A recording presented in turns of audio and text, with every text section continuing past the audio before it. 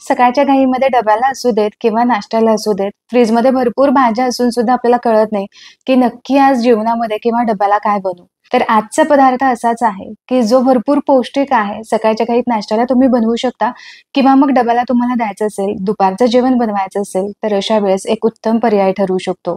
भरपूर पौष्टिक आहे, यामुळे तुम्ही डाएट करत असाल तर तुमच्या डाएट लिस्टमध्ये हा पदार्थ नक्की इन्क्लूड करा. तर सगळ्यात आधी आपल्याला दुधी लागणार आहे. दुधी भोपळ्याचं आधी वरची जे साल आहे ते संपूर्ण आपण काढून घेऊयात. हा 300-350 ग्रॅमचा दुधी भोपळा आहे. यामधला अर्धाच दुधी भोपळा मी आता घेतलाय आणि याचबरोबर एक गाजर सुद्धा घेतलंय. यावरचं साल सुद्धा आपण काढून घेऊयात. आता सगळ्यात आधी हा दुधी भोपळा आपल्याला खिसून घ्यायचा आहे. तर खिसत असताना जी जाड साईड असते खिसणीची, या साईडने तुम्ही खिसून घेतलं ना तरी सुद्धा चालेल, पटपट खिसला जाईल. यासोबतच गाजर सुद्धा आपल्याला खिसून घ्यायचं आहे. तर इथे दोन्हीही साहित्य माझी व्यवस्थित खिसून झाली आहेत. तुम्हाला आणखीन यामध्ये भाज्या घालायच्या असतील तर आवर्जून तुम्ही यामध्ये घालू शकता. जसं की कोबी तुम्ही यामध्ये ऍड करू शकता किंवा फरसबीच्या अगदी लहान लहान बारीक तुकडे करून तुम्ही यामध्ये घालू शकता. पालकाची पानं तुम्ही यामध्ये चिरून घाला किंवा मग मेथी अगदी बारीक चिरून यामध्ये घालायची. आवडेल त्या भाज्या तुम्ही यामध्ये नक्कीच घालू शकता. आता माझ्याकडे ज्या फ्रीजमध्ये भाज्या होत्या त्याच मी इथं घेतलेल्या आहेत.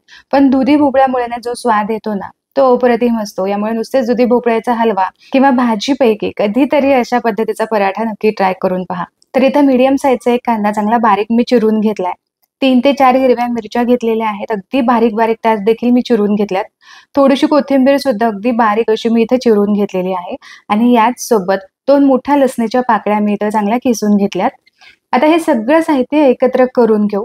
तर यासाठी एका मोठ्या परातीमध्ये मी हे काढून घेतलं. इथे लसूण मी खिसून घेतलाय, पण याऐवजी तुम्ही आलं लसणाची पेस्ट जरी इथे वापरलीत ना तरी सुद्धा चालेल. किंवा मग अगदीच पर्याय जर सांगायचा झाला तर आलं लसूण आणि मिरचीचा इथे ठेचा तुम्ही घेऊ शकता. आता सगळ्या भाज्या मी इथं काढून घेतल्या. यामध्येच अगदी 1 पाव चमचा भरून हिंग घालायची. अर्धा छोटा चमचा इथे मी हळद घातली. अर्धा चमचा धने पावडर, अर्धा चमचा भाजलेल्या जिऱ्याची पावडर, 1 छोटा चमचा भरून लाल मिरची पावडर इथे मी घातली.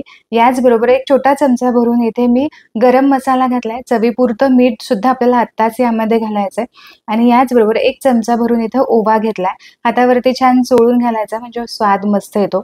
ओवा आवर्जून घाला, याचा स्वाद खरंच खूप छान येतो. ओवा अजिबात स्किप करू नका. थंडीचे दिवस असतील तर इथे तुम्ही तीळ सुद्धा वापरू शकता. आता बरोबर 1 कप भरून इथे मी गव्हाचं पीठ घेतलंय आणि याचबरोबर पाव कप भरून मी इथं बेसन पीठ घेतलंय.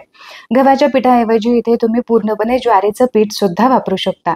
आता यामध्ये अगदी 1 चमचा भर मी इथं तेल घातलं. आता पाणी न घालता असेच हे सगळे पदार्थ आपल्याला आधी मळून घ्यायचे आहेत, कारण दुधी भोपळ्यामध्ये भरपूर मॉइश्चर असतं. हे हलकंसं मॉइश्चर आपल्याला रिलीज करून घ्यायचंय आणि यानंतरच थोडं थोडं पाणी घालत आपल्याला याचा थोडासा सैलसर असाच गोळा मळून घ्यायचा आहे. हा पदार्थ चवीला खूप रुचकर लागतो, पण जो काही वेळ लागतो तो फक्त भाज्या चिरून घेण्यासाठी, खिसून घेण्यासाठी. पण सकाळच्या घाईत जर तुम्हाला बनवायचं असेल ना किंवा डब्याला बनवायचं असेल तर या भाज्या तुम्ही आदल्या रात्रीच खिसून फ्रीजमध्ये ठेवू शकता. हे मिश्रण तुम्ही बघा भरपूर पातळ असं मी करून घेतलेलं आहे. आता काय करायचं, हे थापून घेण्याआधी ना हाताला चांगलं पाणी लावून घ्यायचं आणि जेवढा भाकरीसाठी आपण उंडा घेतो ना तेवढाच उंडा घ्यायचा आणि डायरेक्ट हे तव्यावरती थापून घ्यायचं. आता हा जो तवा आहे सध्या गॅसची फ्लेम संपूर्णपणे बंदच आहे. अजिबात हा तवा गरम करून घेतला नाही किंवा तव्याला अजिबात मी तेल सुद्धा लावून घेतलेलं नाही. आता भरपूर हाताला पाणी लावून चांगला पातळ असा हा थापून घ्यायचा. मस्त थालीपीठ इथं थापून झालेलं आहे. याला तुम्ही पराठा, धपाटा काहीही म्हणू शकता. आता गॅसची फ्लेम मी चालू केलेली आहे. सुरुवातीपासूनच ही फ्लेम आपल्याला मीडियम ठेवायची. मीडियम फ्लेमवरती भाजून घेतले की हे थालीपीठ अगदी व्यवस्थित भाजले जातात. भाज्या सुद्धा अजिबात कच्च्या राहत नाही. साईडने थोडंसं तेल सोडून घेतलं. आता हलक्या हाताने दाबून हे थालीपीठ आपल्याला चांगली भाजून घ्यायची आहेत. थालीपीठ इथे मी पलटी करून घेतलेलं आहे. दुसऱ्या साईडने सुद्धा हलकासा दाब देत आपल्याला हे भाजून घ्यायचंय, म्हणजे भाज्या ज्या आहेत त्या अजिबात कच्च्या राहणार नाही. हे थालीपीठ थापून घेत असताना थोड्याशा लहान आकारामध्येच आपल्याला थापून घ्यायचंय, म्हणजे हाताळायला अगदी व्यवस्थित जातं. यामुळे थालीपीठाला क्रॅक जाऊ शकतो. इथे एक थालीपीठ मस्त खमंग असं भाजून झालंय. आता याच पद्धतीने दुसरं थालीपीठ सुद्धा थापून घ्यायचंय, पण यावेळेस गॅसची फ्लेम आपल्याला पुन्हा बंद करून घ्यायची. थालीपीठ थापून झालं की यानंतर पुन्हा गॅसची फ्लेम आपल्याला चालू करून घ्यायची. थालीपीठ बनवता बनवताच आपण चटणीची सुद्धा तयारी करून घेऊयात, म्हणजे साईड बाय साईड आपली दोन्ही कामं पटापटा परतील. आता इथे मी टोमॅटोची चटणी बनवणार आहे. या थालीपीठासोबत टोमॅटोची चटणी मस्त लागते, पण जर तुम्हाला ना अजिबातच वेळ नसेल तर तुम्ही दह्यासोबत सुद्धा सर्व करू शकता किंवा साधंसं नुसतं लोणचं दिलं तुम्ही डब्यामध्ये तरी सुद्धा चालेल. कट करून घेतलेलं सगळं साहित्य आपल्याला भाजून घ्यायचं. यासाठी पॅन इथे मी गरम करून घेतला.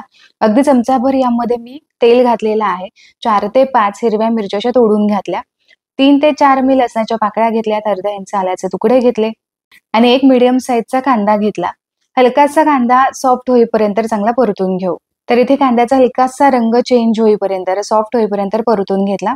यामध्येच 10 ते 12 कढीपत्त्याची पानं घातली आणि याचबरोबर 2 चमचे भरून इथे मी पंढरपुरी डाळ घातली आहे. याऐवजी तुम्ही इथे शेंगदाणे घालू शकता किंवा मग ओल्या खोबऱ्याचे काप सुद्धा घालू शकता. आता यामध्ये 2 मोठ्या आकाराचे टोमॅटो, चांगले लाल बुंद झालेले टोमॅटो घ्यायचे आणि हे सुद्धा या सगळ्या साहित्यांसोबत आपल्याला परतून घ्यायचं. टोमॅटो पटकन सॉफ्ट व्हावा यासाठी चवीपुरतीचं जे मीठ आहे ते आत्ताच मी यामध्ये घातलं, म्हणजे मग टोमॅटो पटकन परतला सुद्धा जाईल. चटणी बनवता बनवता एक एक थालीपीठ सुद्धा आपलं तयार होत आहे. भाकरीला भाजण्यासाठी जितका वेळ लागतो तितकाच हे थालीपीठ भाजण्यासाठी वेळ लागतो, कारण यामध्ये आपण भरपूर भाज्या सुद्धा घातलेल्या आहेत. या भाज्या अजिबातच कच्च्या राहायला नको. आता इथे तुम्ही बघा टोमॅटो चांगला सॉफ्ट झाला. हे सगळं साहित्य आपण थंड करून घेऊयात आणि चांगला मिक्सरमधून फिरवून घेऊयात. आवडीप्रमाणे यामध्ये पाणी घालून इथे मी चटणी वाटून घेतली. आता यामध्ये खमंग अशी फोडणी घातली. तर यासाठी 2 चमचे तेल मी इथं घेतलं होतं. यामध्ये जिरे, मोहरी, थोडंसं हिंग घातलं आणि फक्त पाव चमचा लाल मिरची पावडर घातली. टोमॅटोची ही चटणी थालीपीठासोबत मस्त लागते किंवा आपली साधी जी नॉर्मल आपण कांदा टोमॅटोची चटणी बनवतो ना, ती सुद्धा यासोबत भरपूर भन्नाट लागते. खमंग असा सकाळचा नाश्ता तयार झालेला आहे किंवा तुम्ही हा मुलांना डब्याला सुद्धा देऊ शकता, दुपारच्या जेवणासाठी बनवू शकता. आशा करते की आजची ही रेसिपी तुम्हाला आवडली असेल. रेसिपी आवडली तर व्हिडिओला लाईक जरूर करा. तुमच्या मित्रपरिवारामध्ये नक्की शेअर करा. पुन्हा भेटूया अशाच एका मस्त रेसिपी सोबत. तोपर्यंत स्वस्त राहा आणि मस्त मस्त खात राहा.